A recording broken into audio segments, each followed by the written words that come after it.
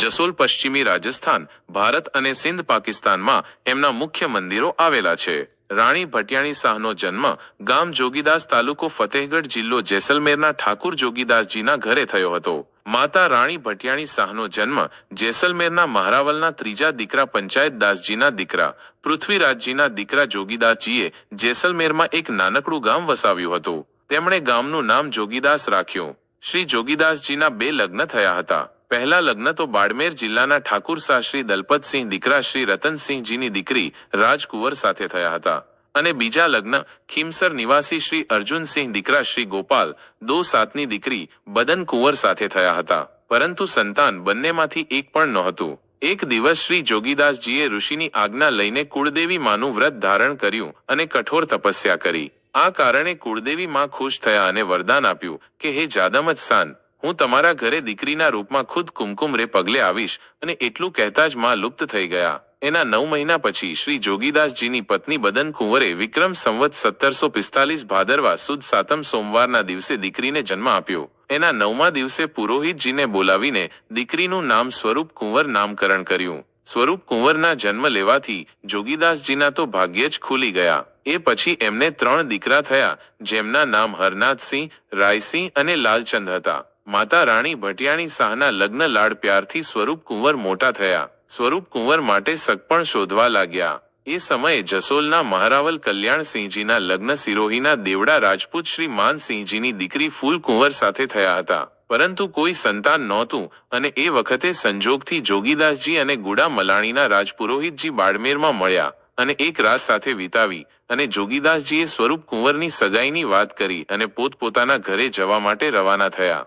ગુડા મલાણીના રાજપુરોહિતજી જસોલ રાવલ કલ્યાણસિંહજીના ખાસ હતા. એક દિવસ પુરોહિતજીએ તેમને કહ્યું કે આ સંસારમાં દરેક સમસ્યાનો ઉકેલ છે. હું જાણું છું કે તમે સંતાનને લઈને દુઃખી છો, તેથી તમારે બીજું લગ્ન કરી લેવું જોઈએ. પુરોહિતજીએ જણાવ્યું કે જેસલમેરના શ્રી જોગીદાસજી ભાટી એક મોટા જોગીદાર છે. તેમની એક દીકરી છે, ખૂબ જ ગુણવાન અને સુંદર છે. નામ સ્વરૂપ કુંવર છે. તમારી આજ્ઞા હોય તો હું આગળ વાત કરું. રાવલા સાહેબે પૂછ્યું કે પુરોહિતજી, તમારું ટીપણું શું કહે છે? મારા નસીબમાં સંતાનનું સુખ છે કે નહીં? પુરોહિતજીએ ટીપણું જોયું અને કહ્યું કે હુકમ, તમારા નસીબમાં સંતાનનું સુખ છે. તમારી આજ્ઞા હોય તો હું વાત પાકી કરું. રાવલા સાહેબે કહ્યું કે સારું, અને વાત પાકી થઈ અને સ્વરૂપ કુંવર સાથે કલ્યાણસિંહજીના ધામધૂમથી લગ્ન થયા અને જસોલ પધાર્યા અને રાવલ સાહેબ કલ્યાણસિંહજીની પહેલી પત્ની દેવડીજીએ માન સન્માનથી સ્વાગત કર્યું અને રાવલામાં લીધા અને બંને પ્રેમથી રહેવા લાગ્યા. માજીસાના પુત્ર લાલબન્નાનો જન્મ ભટિયાણીજી પૂજા પાઠ કરતા અને ભગવાનનું સ્મરણ કરતા. લગ્નના 9 મહિના પછી ગયા પછી ભટિયાણીજીએ પુત્રને જન્મ આપ્યો. રાવલા સાહેબ ખૂબ જ ખુશ થયા અને આખા જસોલમાં ખુશીઓ છવાઈ ગઈ. આખા જસોલમાં મીઠાઈ વહેંચવામાં આવી અને સૌએ ખુશીઓ મનાવી. પુત્રનું નામકરણ કરાવ્યું અને નામ લાલબન્ના રાખ્યું. ભટિયાણીજીએ દેવડીજીને કહ્યું કે તમે પણ ભગવાનની પૂજા પાઠ કરો તો તમને પણ પુત્ર થશે. તેમના કહ્યા પ્રમાણે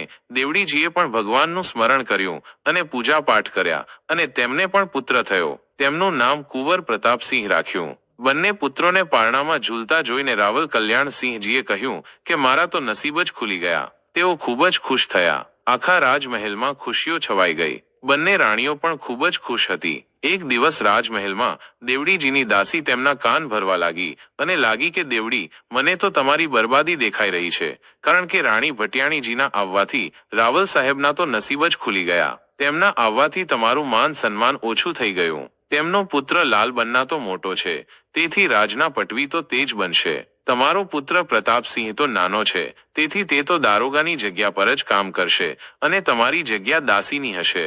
હે ભગવાન, દેવડીજીની આવી દુર્ગતિ જોવી મારાથી નહીં થાય. આવા દિવસો જોવા પહેલા જ હે ભગવાન, મને તમે તમારી પાસે બોલાવી લો. દાસી આ રીતે દેવડીજીના કાન ભરતી રહી અને દેવડીજીના મનમાં હીનતા આવવા લાગી. આવું થોડા દિવસ સુધી ચાલતું રહ્યું, જેનાથી દેવડીજીના હૃદયમાં આગ ભભૂકી ઉઠી. દેવડીજીની દાસીએ એટલું ભડકાવી દીધું કે તે દિવસ રાત એ જ વિચારવા લાગી કે કંઈ પણ કરીને લાલબન્નાને રસ્તામાંથી હટાવવો છે. દેવડીજીના હાવભાવ જોઈને ભટિયાણીજીને શંકા તો ગઈ, પણ તેમણે એવું નહોતું વિચાર્યું કે મમતાના પાલવમાં આટલું કાળું અને ઝેર ભરેલું હશે. જ્યારે શ્રાવણ મહિનાની તીજ આવી, ભટિયાણીજીને તીજમાં હિંચકા ખાવાનો અને ઘુમર નૃત્યનો બહુ શોખ હતો.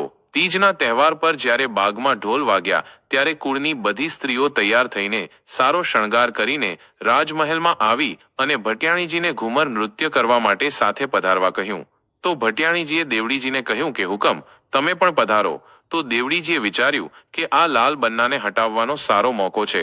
દેવડીજીએ કહ્યું કે મારા માથામાં દુખે છે, તેથી અને ભટિયાણીજીને જવાની આજ્ઞા આપી દીધી. તો ભટિયાણીજીએ 16 શણગાર કરીને અને દેવડીજીને કહ્યું કે લાલ બન્ના સૂતા છે, તમે તેમનું ધ્યાન રાખજો. અને એટલું કહ્યા પછી તે કુળની બધી સ્ત્રીઓ સાથે બાગમાં હિંચકા ખાવા અને ઘુમર નૃત્ય કરવા માટે રવાના થયા. બીજી તરફ દેવડીને તો આ દિવસની જ રાહ હતી અને ગાઢ નિંદ્રામાં સૂતેલા લાલ બન્નાને જગાડીને દૂધમાં ઝેર ભેળવીને પીવડાવી દીધું. લાલ બન્નાએ દૂધ પીતા જ ત્યાં જ પ્રાણ છોડી દીધા. બીજી તરફ ભટિયાણી સાહેબે બાગમાં પગ મૂકતા જ તેમના હૃદયમાં જાણે આગ લાગી ગઈ. તેમને લાગ્યું કે કંઈક તો થયું છે, તો ત્યાંથી ઉઘાડા પગે જ રાજમહેલ તરફ દોડ્યા. મહેલમાં આવીને લાલ બન્નાને જોયો તો વાતની ખબર પડી. તેમના હૃદયના ટુકડાને ખોળામાં લઈને છાતીએ લગાડીને તેઓ ખૂબ રડ્યા અને સ્વરૂપ કુંવર ત્યાં જ પડી ગયા અને દૂધની ધાર બહાર વહેવા લાગી. દેવીનું રૂપ જાગૃત થયું અને વાત ચારે તરફ ફેલાઈ ગઈ અને ત્યાં રાવલ સાહેબ, કલ્યાણસિંહજી અને બધા લોકો એકઠા થયા. ત્યાં જોયું તો ભટિયાણી સાહેબ લાલ બન્નાને ખોળામાં લઈને હરિસ્મરણ કરી રહ્યા હતા. વિકરાળ ચંડીનું રૂપ જોઈને બધા ગભરાઈ ગયા. દેવડીજીએ ઘોર પાપ કરીને ખૂબ જ પસ્તાયા, પણ હવે શું કરે? દેવડીજી એક બારીમાંથી ભટિયાણીજીને જોવા લાગ્યા. તે સમયે ભટિયાણીજીની આંખો ખુલી અને કહેવા લાગ્યા, દેવડીજી, તમે મારા વંશને જ મિટાવી દીધો છે.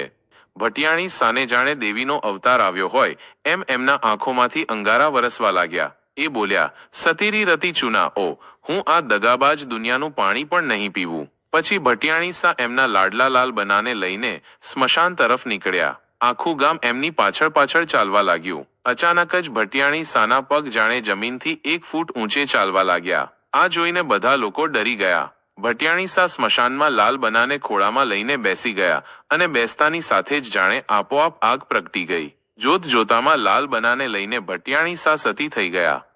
જસોલમાં જાણે આખું ગામ શોકમાં ડૂબી ગયું. એવામાં જોગીદાસને એક સપનું આવ્યું. સપનામાં એમને રામા મિરાસીને બોલાવીને કીધું, તું જસોલ જા, સ્વરૂપ કુંવરને મળીને આવ. જોજે બધું સારું તો છે ને?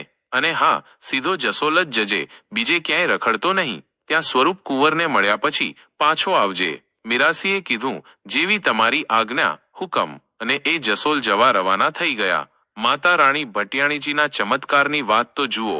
રામા મિરાસી એમની ઘરવાળી હારે જસોલ પહોંચ્યા અને રાવળે જઈને કીધું, હું જોગીદાસ ગામથી આવ્યો છું, સ્વરૂપ કુંવરને મળવું છે.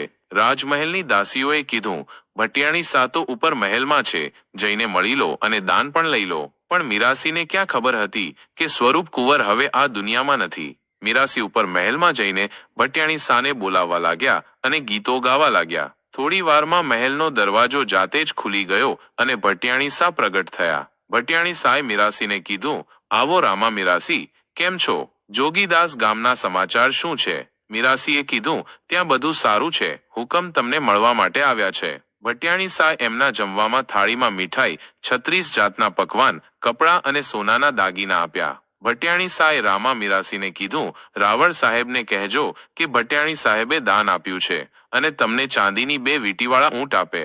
રામા મિરાસીએ જમવાનું જમ્યું અને કીધું, જેવી તમારી આજ્ઞા. એટલું કહીને રામા મિરાસી જવા લાગ્યા. ત્યારે ભટિયાણી સાએ કીધું, રામાજી, એક વાત કહું, તમને ડર તો નહીં લાગે ને? રામા મિરાસીએ કીધું, તમારા હોય ત્યાં ડર શેનો? ભટિયાણી સાએ કીધું, હું હવે આ સંસારમાં નથી અને ડરવાની કોઈ જરૂર નથી. તમે ઘરે જઈને મારા નામની અગરબત્તી કરજો અને ચર્ચા કરજો, તો તમને દરરોજ સોનાની મહોર મળશે. અને હા, આ વાત કોઈને કહેતા નહીં, નહીંતર તમને સોનાની મહોર નહીં મળે. જો તમે આ વાત કોઈને કહેશો તો તમને અનાજ અને કપડાં જ મળશે, મહોર નહીં મળે. એટલું કહીને સ્વરૂપ કુંવર ત્યાંથી અદૃશ્ય થઈ ગયા. રામા મિરાસી ત્યાંથી દાન લઈને રાવળ સાહેબ કલ્યાણસિંહ પાસે ગયા અને કીધું કે હુકમ, સ્વરૂપ કુંવરે ભેટ આપી છે અને તમને ચાંદીની વીંટીવાળા ઊંટ આપવાનું કીધું છે. રાવળ સાહેબે કીધું, આમ કેમ બને? ભટિયાણી સાને ગુજરી ગયાને તો 6 દિવસ થઈ ગયા. પછી રાવળ સાહેબે મિરાસીએ આપેલી ભેટ જોઈ. એમને કીધું, આ દાગીના તો મહેલના છે અને ત્યાંથી ગાયબ છે. રાવળ સાહેબ કલ્યાણસિંહની પાસે બેઠેલા પુરોહિતજીએ કીધું, જો તારી આ વાત સાચી હોય તો તારે સાબિત કરવી પડશે. ભટિયાણી સાએ તને આ ભેટ પોતાના હાથે આપી હતી. રાવળ સાહેબે કીધું, સાંજે સંધ્યા સમયે તું સ્મશાનમાં જઈને એક સૂકી ખીજડાની લાકડી લગાવી આવજે અને સવાર સુધીમાં જો એ લાકડી લીલીછમ થઈ ગઈ તો અમે માનીશું કે તું જે કહે છે તે સાચું છે, અને જો તું ખોટો નીકળ્યો તો વિચારજે કે તારું શું થશે. સાંજે રાવળ સાહેબે 2 મહેરા રાજપૂત અને એક બ્રાહ્મણને મિરાસી સાથે સ્મશાનમાં એક સૂકી ખીજડાની લાકડી લઈને મોકલ્યા. ત્યાં લાકડી લગાવી દીધી અને મિરાસીએ કીધું, હે સ્વરૂપ કુંવર, તમે અમારી લાજ રાખજો, નહીં તો રાવળ સાહેબ અમને મારી નાખશે. એટલું કહીને એ લોકો ત્યાંથી પાછા આવ્યા. બીજા દિવસે સવારે પાછા જઈને જોયું તો સૂકી લાકડી લીલીછમ થઈ ગઈ હતી. આ જોઈને રાજમહેલમાં આવીને રાવળ સાહેબ કલ્યાણસિંહે કીધું, હુકમ, એ સૂકી લાકડી તો લીલીછમ થઈ ગઈ છે. રાવળ સાહેબને વિશ્વાસ ન આવ્યો અને એમણે કીધું, હું જાતે જઈને ત્યાં જોઉં છું. બધાની સાથે રાવળ સાહેબ કલ્યાણસિંહજી ત્યાં જઈને જોયું તો એમની આંખો ફાટી ગઈ. આખું સ્મશાન ચારે બાજુ દીવાઓથી ઝળહળી રહ્યું હતું અને સૂકી લાકડી પણ લીલીછમ થઈ ગઈ હતી. રાવળ સાહેબ કલ્યાણસિંહજી ત્યાં આ જોઈને સમજી ગયા કે આ બધું ભટિયાણી સાએ જ કર્યું છે. એમણે પોતાના બંને હાથ જોડીને માફી માંગી અને કીધું, ભટિયાણી સા, મને માફ કરી દો.